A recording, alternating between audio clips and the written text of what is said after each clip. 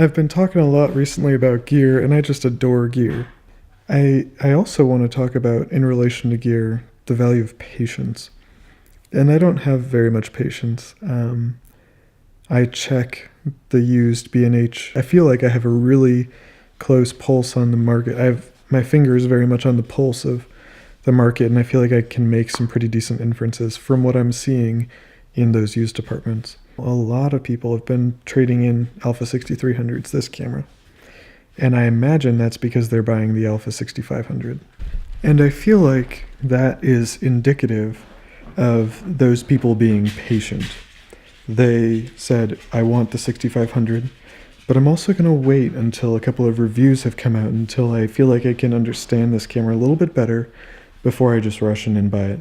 But right now I'm paying a lot of attention to the lens market as well, and what that looks like is a lot of kit lenses. There's a lot of what I've been told by reviewers across YouTube are very good lenses, and they're all finding their way into this used department, and that's making me wonder, why are these lenses that are supposed to be wonderful in the used department?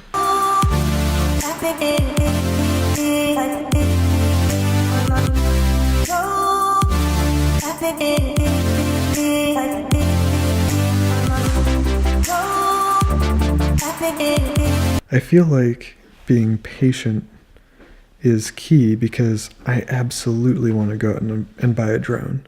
I absolutely want to go out and buy a gimbal. And I absolutely want to go out and buy some more lenses and some more camera bodies. But that doesn't do anything for me or for my bank account. And what's important is making those transactions meaningful.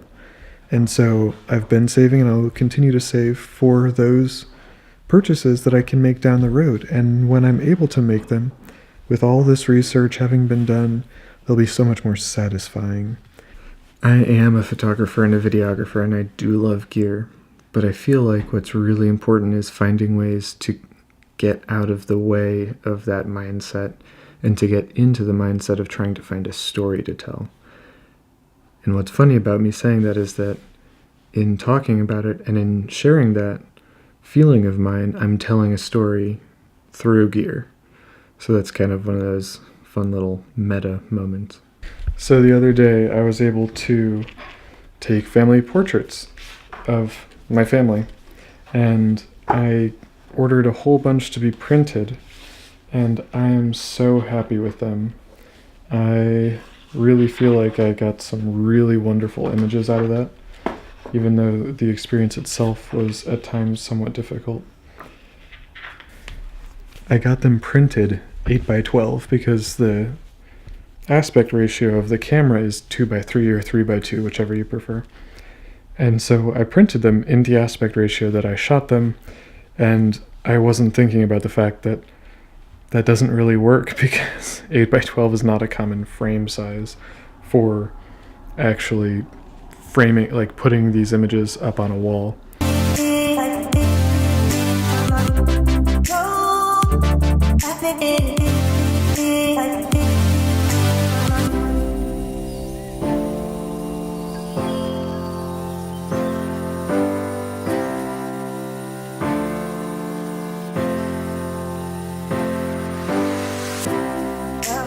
Tomorrow I want to do an audio test without the microphone of this camera. So I speak French and a number of other languages, and I'm literate as well, obviously. I say obviously because I took it in school, but perhaps it's not so obvious.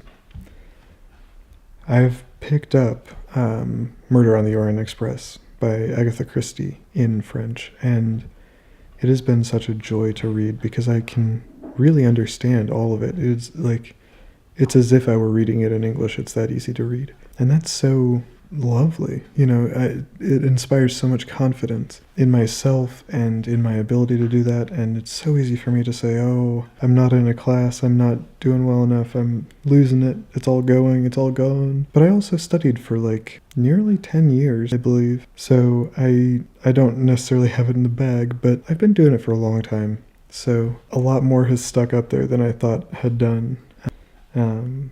I also want to read more French. I want to build that confidence, and I think part of that with Murder on the Orient Express is that it's an ebook.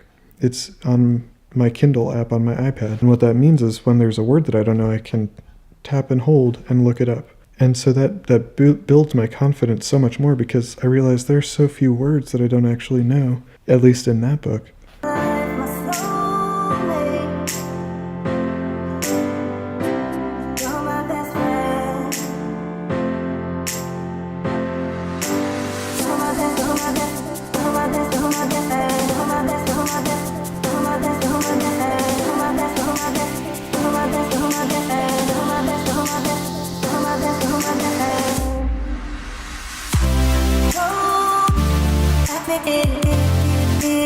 Thank you so much for your time and for your attention today. Please don't hesitate to like or subscribe to my channel. I produce content regularly, so make sure that you're able to stay up to date. I'm looking forward to seeing you here again soon. Ciao!